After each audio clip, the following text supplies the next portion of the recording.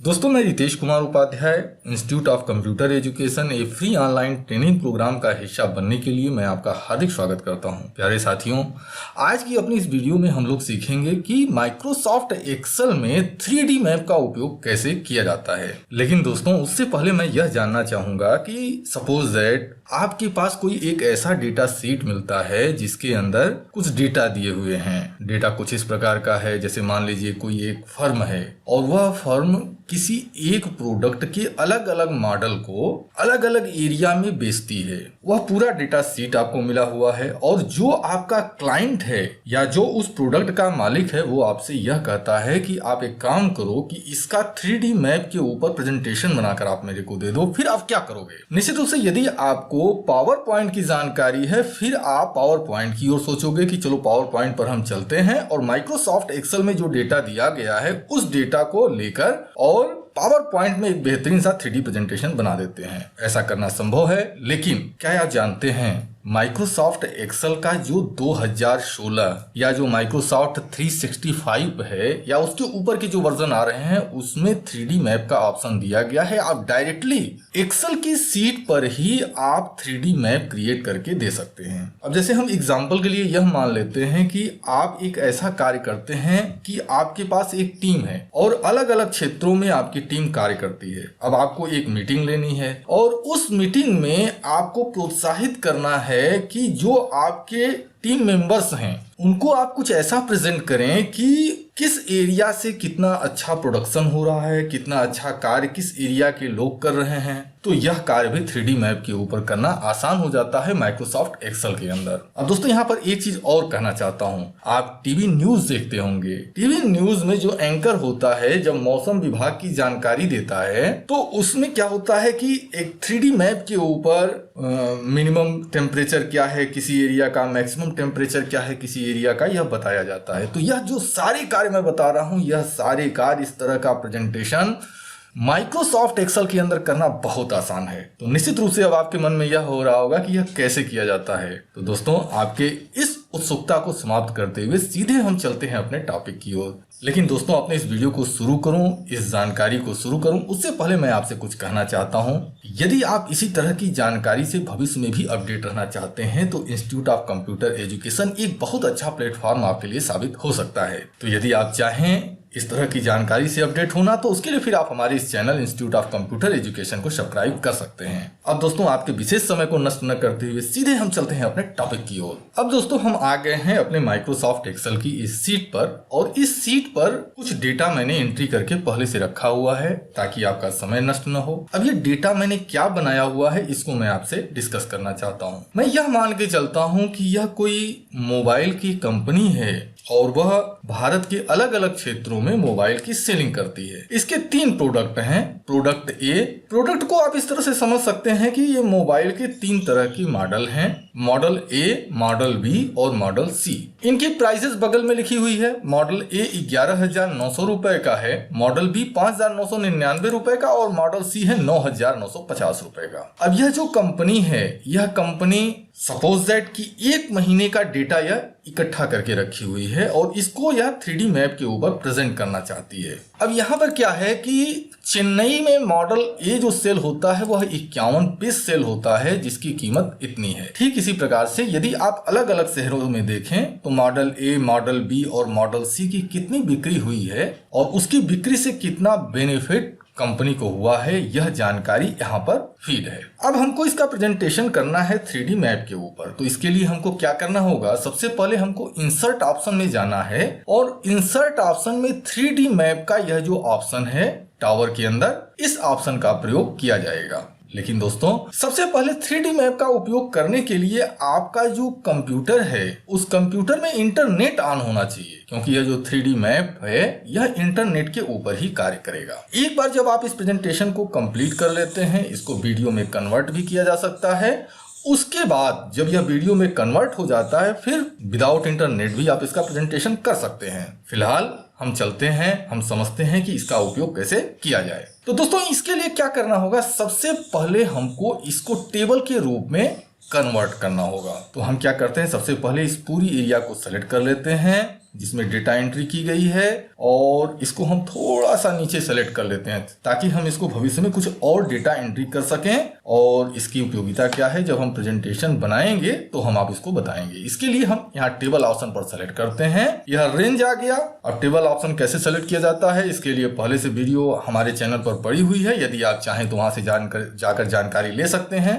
हमने यहाँ पर ओके की बटन पर क्लिक किया और यह हमारा टेबल हो गया रेडी। अब देखिए, अब यह तो टेबल हमारा बन गया। अब हमको क्या करना है, इसके बीच में यह जो टेबल बना हुआ है जिसके डेटा को हमको 3D मैप की ओर दिखाना है, उसके बीच में कहीं भी हम क्लिक कर देते हैं। अब हम जाते हैं इंसर्ट ऑप्शन पर और यहाँ पर 3D मैप के ऑप्शन को सेलेक्ट कर लेते हैं। यदि आपने पहले से कोई 3D मैप का अगर आपने चार्ट बनाया होगा, 3D मैप को अगर क्रिएट किया होगा तो यह इस तरह से आपको दिखाई देगा। लेकिन फिलहाल हम एक नया टावर बनाते हैं, न्यू टावर पर हम क्लिक कर देते हैं। दोस्तों, चूंकि हमारे यहाँ इंटरनेट की स्पीड काफी कम है और इस वजह से यहाँ पर थोड़ा सा विलंब हो रहा है। चलिए, इस समय 3D मैप बनकर हमारे सामने आ चुका है। अब सबसे पहले हम समझते हैं कि यहाँ पर चीजें क्या क्या दी हुई। यहाँ पर अगर देखिए टावर एडिटर दिया हुआ है। ये टावर एडिटर क्या है, लेफ्ट साइड में यह जो टावर 2 लिखा हुआ है यह टावर एडिटर कहा जाता है। यदि हम इसको क्लिक कर देते हैं तो टावर एडिटर समाप्त हो जाएगा और फिर से दोबारा क्लिक कर देंगे तो टावर एडिटर यहाँ पर डिस्प्ले होने लगेगा। इसके बाद दूसरा है लेयर पैन। तो ये लेयर पैन है जो कि राइट साइड में आपको दिखाई दे रहा है, इसको लेयर पैन कहते हैं। यदि हम इसको क्लिक कर देंगे तो लेयर पैन चला जाएगा, दोबारा जब क्लिक करेंगे तो लेयर पैन फिर से आ जाएगा। यह जो तीसरा ऑप्शन है इसको फील्ड लिस्ट कहते हैं, जो कि ये दिखाई दे रहा है। हम इस पर क्लिक करके फील्ड लिस्ट को हटा सकते हैं, दोबारा क्लिक करके फील्ड लिस्ट को फिर से हम डिस्प्ले कर सकते हैं। अब देखिए, यहाँ पर यह जो लेयर पैनल दिया हुआ है, लेयर पैन जो दिया हुआ है, इसके अंदर अलग अलग तरह के डेटा पड़े हुए हैं। सबसे पहले हम इन चीजों को समझते हैं कि यह क्या है। अब देखिए, यहाँ पर यह जो कुछ ऑप्शंस आपको दिखाई दे रहे हैं या डेटा प्रेजेंट करने के कुछ अलग अलग तरीके दिखाए गए हैं, जिसको कि अलग अलग जरूरत के हिसाब से यूज किया जाता है। जब आप इसके लिए काम करेंगे तो खुद ब खुद आपको चीजें क्लियर होती चली जाएंगी और अलग अलग अच्छे अच्छे आइडिया भी आपके मन में आने लगेंगे। अब देखते हैं यहाँ पर क्या है, सिटी का ऑप्शन है। लोकेशन जो दिया हुआ है, यहाँ लोकेशन दिया है, सिटी दिया हुआ है। अगर कुछ और फील्ड ऐड करना चाहते हैं तो यहाँ पर ऐड कर सकते हैं, लेकिन फिलहाल हम यहाँ पर सिटी ही मानकर चलते हैं, ठीक है। इसके बाद दूसरा ऑप्शन दिया है हाइट। हाइट को हम यहाँ पर क्लिक करते हैं और यहाँ पर हम नंबर ऑफ सेल सेलेक्ट कर लेते हैं। यहाँ पर नंबर ऑफ सेल हो गया। इसके बाद कैटेगरी है, यहाँ पर कुछ और भी ऐड किया जा सकता है। अब जैसा आपके पास डेटा है उस हिसाब से इन चीजों को सेलेक्ट कर सकते हैं, चूज कर सकते हैं। फिलहाल हम चलते हैं कैटेगरी के ऑप्शन पर। यहाँ कैटेगरी के ऑप्शन पर जब आप क्लिक करेंगे तो यहाँ पर प्रोडक्ट का ऑप्शन दिया हुआ है। तो 3 तरह के प्रोडक्ट हमारे पास हो गए हैं। इसी प्रकार से अपने जरूरत के हिसाब से इन चीजों को आप सेलेक्ट कर सकते हैं। अब दोस्तों, यहाँ पर यदि आप ध्यान देंगे, यहाँ से अब हम अपनी जरूरत के हिसाब से इसको हम कम और ज्यादा कर सकते हैं। तो लेयर 1 को मैंने कम करके और यहाँ कॉर्नर साइड में लगा दिया और इस फील्ड लिस्ट को हम ऑफ कर देते हैं ताकि यह चीजें देखना आपके लिए आसान हो जाए। अब देखिए, यह जो वर्ड मैप है, इस वर्ड मैप के अंदर आपका जो ग्राफ है, आपका जो 3D डेटा है वो अब तैयार है। यहाँ पर यदि आप इस पर क्लिक करते हैं तो यह जूम हो जाएगा और अपने माउस से इसको स्क्रॉल करके इस प्रकार से आप देख सकते हैं। तो यहाँ पर जो जो डेटा एंट्री की गई थी वह सारी की सारी डेटा आपको दिखाई दे रही है। अब यदि आप यहाँ पर इसके जो जगह हैं, यदि एरिया है, यदि इस एरिया को देखना चाहते हैं तो यहाँ पर देखिए मैप लेवल का ऑप्शन दिया है, आप इस पर क्लिक कर दीजिए। इस पर क्लिक करते ही सारी की सारी एरिया हाईलाइट हो जाएगी और उस हिसाब से आप इन चीजों को देख पाएंगे। जैसे यहाँ पर देखिए, हमने लखनऊ को सिलेक्ट किया हुआ था तो लखनऊ में कितनी सेल हुई है यह सेल दिखाई दे रही है। ए सेल, बी सेल और सी सेल। तो सबसे ज्यादा सेल सी की है। यदि आप यह जो बार बना हुआ है, यदि आप इसके ऊपर माउस के कर्सर को ले जाते हैं तो यह ऑप्शन दिखाई देगा। देखिए, हम दूसरे कलर की ओर लेके जाते हैं जो कि बी प्रोडक्ट को दिखाता है, तीसरे कलर की ओर लेकर जाते हैं जो कि ए प्रोडक्ट को दिखाता है। अब चूंकि यहाँ पर यह चीजें कंफर्म नहीं हो रही हैं तो यह जो ग्राफ स्टाइल है हम इसको चेंज कर देते हैं। हम इसको इस प्रकार से कर देते हैं। तो देखिए, अब चीजें क्लियर हो गई। Product A, product B, product C. तो 3D मैप के ऊपर इन चीजों को इस प्रकार से प्रेजेंट किया जा सकता है, दिखाया जा सकता है। अब देखिए, कुछ चीजें यहाँ पर और भी दी गई हैं। हम इसको थोड़ा छोटा कर देते हैं ताकि ये देखिए यह चीजें क्लियर हो गई। अब यदि आप न्यूज चैनल के अंदर वेदर की इंफॉर्मेशन आप देखे होंगे तो वह कुछ इसी प्रकार से दिखाई देता है ना, कुछ इसी प्रकार से फीलिंग आती है। तो वह भी कुछ इस तरह से बनाया जाता है। अब चलिए, अब देखते हैं कि और इसमें हम क्या कर सकते हैं।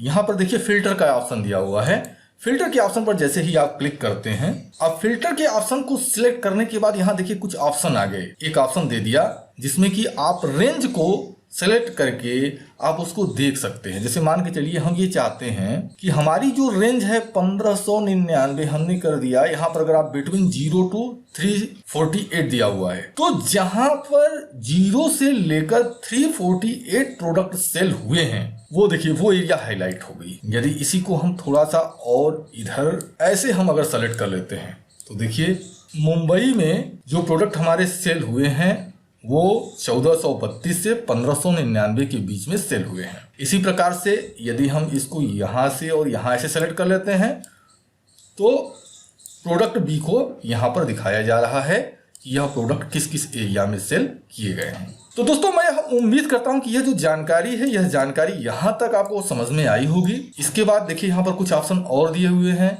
यदि आप इसको वीडियो के रूप में यदि आप प्ले करके देखना चाहते हैं तो इस प्रकार से देखा जा सकता है। आप इसको वीडियो के रूप में क्रिएट भी कर सकते हैं। यहाँ से जो स्क्रीन आप अगर कैप्चर करना चाहते हैं तो स्क्रीन को आप कैप्चर कर सकते हैं। यहाँ से हम फिल्टर को ऑफ कर देते हैं। हम यहाँ पर यह जो बटन है डिलीट फिल्टर पर क्लिक कर देंगे, वह बटन ऑफ हो गई। यदि आप न्यू स्क्रीन बनाना चाहते हैं तो यहाँ पर क्लिक करके न्यू स्क्रीन बनाई जा सकती है। एक न्यू स्क्रीन हम यहाँ पर ले लेते हैं। देखिए एक नई स्क्रीन यहाँ पर बन गई। इसी प्रकार से अब अगला ऑप्शन है रिफ्रेश डेटा का। इस रिफ्रेश डेटा का काम क्या है? अब जैसे मान लीजिए यहाँ पर आपने जो टेबल बनाया हुआ है आप इसमें कुछ और नई एंट्री करते हैं। तो नई एंट्री करने के बाद जैसे मान लीजिए हम यहाँ पर एंट्री कर लेते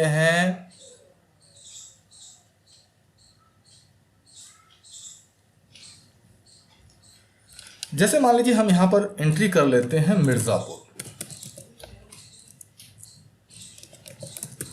हमने मिर्जापुर एंट्री किया, प्रोडक्ट ए लिख दिया, यहाँ पर लिख देते हैं एग्जांपल के लिए 9। अब जैसे हमने यहाँ पर एक नया डेटा एंट्री कर लिया है, अब इसके बाद हम क्या करते हैं कि हम चलते हैं अपने मैप की ओर और यहाँ पर हम रिफ्रेश कर देते हैं। जैसे ही हम रिफ्रेश करेंगे यह जो मिर्जापुर का ऑप्शन है यह हाईलाइट हो जाएगा। अब यह देखिए वाराणसी के जस्ट बगल में अगर आप ध्यान देंगे यह जो ऑप्शन दिखाई दे रहा है यह ऑप्शन मिर्जापुर का ऑप्शन दिखाई दे रहा है। क्योंकि हमारे यहाँ नेट थोड़ा स्लो है। देखिए अब यहाँ पर एरिया का नाम दिखाई देने लगा। एक पल देखिए, ये देखिए मिर्जापुर का नाम आया हुआ है। तो यह मिर्जापुर का प्रोडक्शन दिखाई देना कि कितने प्रोडक्ट मिर्जापुर में सेल हुए हैं। ठीक इसी प्रकार से यदि आप इसको फ्लैट मैप पर देना चाहते हैं तो इसको फ्लैट मैप पर भी दिया जा सकता है। इसको थोड़ा सा हम छोटा करते हैं तो देखिए यह फ्लैट मैप की ओर अब ये दिखाने लगा। तो इस तरह से इसको फ्लैट मैप की ओर भी डिस्प्ले किया जा सकता है। अब जैसे मान लीजिए आपको कोई पर्टिकुलर एरिया की जानकारी लेनी है और यह जो डेटा है काफी बड़ा है और आप इसको सर्च करना चाहते हैं तो इसके लिए यह जो फाइंड लोकेशन का ऑप्शन है आप इसको सेलेक्ट कर सकते हैं और सेलेक्ट करने के बाद आप सर्च कर सकते हैं। जैसे मान लीजिए मैं यहाँ पर सर्च कर लेता हूँ जयपुर और यहाँ से हम फाइंड करते हैं। देखिए क्या होता है। देखिए जयपुर को ये सेलेक्ट करके लेकर चला आया। तो इसका यह उपयोग हो सकता है। इसके बाद 2D चार्ट पर अगर आप क्लिक करते हैं तो यह जो चार्ट है यह 2D के ऊपर डिस्प्ले होने लगा। एरिया का नाम है 2D चार्ट के ऊपर यह सारे के सारे ऑप्शन आने लगे। अब यदि हमको इसको डिलीट करना है तो हम इसको सेलेक्ट करते हैं और डिलीट के बटन पर क्लिक कर देते हैं। इसके बाद जैसे सपोज दैट आप किसी पर्टिकुलर एरिया में अपने हिसाब से अपने एरिया को क्रिएट करके और प्रेजेंटेशन तैयार करना चाहते हैं तो उसके लिए कस्टम रीजन का जो ऑप्शन है यह ऑप्शन आपके लिए उपयोगी सिद्ध होगा। यहाँ से आप इस कार्य को बड़े ही आसानी से कर सकते हैं। अब टेक्स्ट बॉक्स क्या है? यदि आप कोई चीज लिखना चाहते हैं तो आप यहाँ पर टेक्स्ट बॉक्स में लिखकर और आप इसको क्रिएट कर सकते हैं। चलिए अब हम इसको बंद कर देते हैं। तो दोस्तों मुझे लगता है कि अब लगभग जितने भी इसके टॉपिक्स हैं, जितनी भी चीजें हैं, इसकी जानकारी अब आपको हो गई होगी। यहाँ पर अब देखिए हम कुछ और चीजें देख लेते हैं। अब देखिए यदि हम इसको सर्कल में यदि हम प्रेजेंट करना चाहें तो इस प्रकार से हम प्रेजेंट कर सकते हैं। ठीक इसी प्रकार से यह जो नया ऑप्शन है यदि हम इसको सेलेक्ट करते हैं तो कुछ प्रेजेंटेशन हमारा इस प्रकार से बन जाता है। यदि आप जूम करके देखेंगे तो यह चीजें देखिए कुछ और क्लियर हो जाएंगी। हालांकि मुझे लगता है कि इससे ज्यादा बेहतर है कि हम इस ऑप्शन का सेलेक्ट करें। इस तरह के प्रेजेंटेशन के लिए यह जो ऑप्शन है यह काफ़ी अच्छा है और मुझे लगता है कि ये प्रोडक्ट वाला ऑप्शन है। यह देखिए अब हमारा जो प्रेजेंटेशन है वह दिखाई दे रहा है। तो दोस्तों एक बात मैं कहूँगा कि इसको आपको खुद से प्रयास करना चाहिए। जब आप खुद से प्रयास करेंगे तो चीज़ें आपको और क्लियर हो जाएंगी। अब दोस्तों आइए शार्ट में हम मैप के अंतर्गत टेम्परेचर को देख लेते हैं कि टेम्परेचर को कैसे प्रेजेंट किया जा सकता है। अब दोस्तों मैंने यहाँ पर एक डेटा तैयार किया हुआ है जिसमें कि प्लेस दिया हुआ है। जैसे इलाहाबाद स्टेट इसका उत्तर प्रदेश है। यहाँ पर एक साल का जो हाईएस्ट और लोएस्ट टेम्परेचर होता है उसका एवरेज यहाँ पर दिखाया गया है और हम इसको प्रेजेंट करना चाहते हैं 3D मैप की ओर। तो हम इसको सेलेक्ट कर लेते हैं। सबसे पहले हमने इसको सेलेक्ट कर लिया। इसके बाद हम इंसर्ट ऑप्शन पर जाते हैं और इसको टेबल में कन्वर्ट कर देते हैं। ओके हमने कर दिया। अब हमारा टेबल क्रिएट हो चुका है। अब फिर से इंसर्ट ऑप्शन में जाते हैं, 3D मैप की ओर क्लिक कर देते हैं। अब देखिए 3D मैप क्रिएट होकर आ चुका है। अब यहाँ पर देखिए हम इसको ऑफ कर देते हैं फील्ड लिस्ट को। यहाँ पर देखिए लोकेशन में 2 ऑप्शन सेलेक्ट कर रहा है। अब चूंकि यह जो प्लेस है वह भी लोकेशन है और स्टेट वाइज भी लोकेशन को दर्शाया जा सकता है। तो यदि आप चाहें तो दोनों में से किसी एक के आधार पर आप प्रेजेंटेशन इस तरह का दे सकते हैं। जैसे प्लेस को सर्च कर सकते हैं या फिर स्टेट को सर्च कर सकते हैं। अब जैसा आप सर्च करेंगे देखिए यहाँ पर जो डॉट डॉट आपको दिखाई दे रहा है उस प्रकार से आपको डॉट डॉट अपने आप बनता हुआ चला जाएगा। पहले हम प्लेस को सेलेक्ट कर लेते हैं। अब यहाँ पर देखिए हाइट का ऑप्शन दिया हुआ है, तो हाइट में हम हाई टेम्परेचर ले लेते हैं। इसके बाद यहाँ पर दूसरा ऑप्शन और सेलेक्ट करते हैं और यहाँ पर लो टेम्परेचर ले लेते हैं। अब देखिए अब लगभग आपको चीज़ें जो पिछले प्रेजेंटेशन में आपको कंफ्यूज हो रही थी, मुझे लगता है कि यह चीज़ें काफ़ी हद तक क्लियर हो जाएंगी। इसको हम यहाँ पर कर लेते हैं। इसको हमने छोटा कर लिया ताकि चीज़ें क्लियर कट समझ में आए।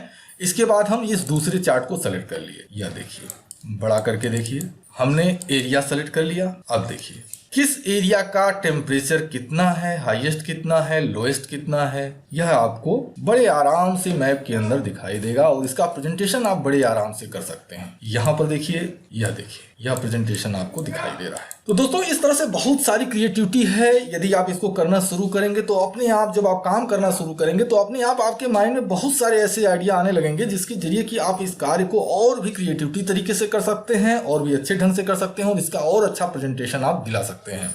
तो दोस्तों यदि यह वीडियो लगी हो अच्छी और आपको कुछ बेहतर जानकारी हुई हो तो इस वीडियो के नीचे एक बनी हुई है लाइक की बटन, उसको कर दें क्लिक। और आपने अपना कीमती समय दिया है, इसके लिए मैं दिल से आपका आभारी हूं। इसी के साथ मैं अपने इस वीडियो को समाप्त करता हूं। धन्यवाद। Thank you very much.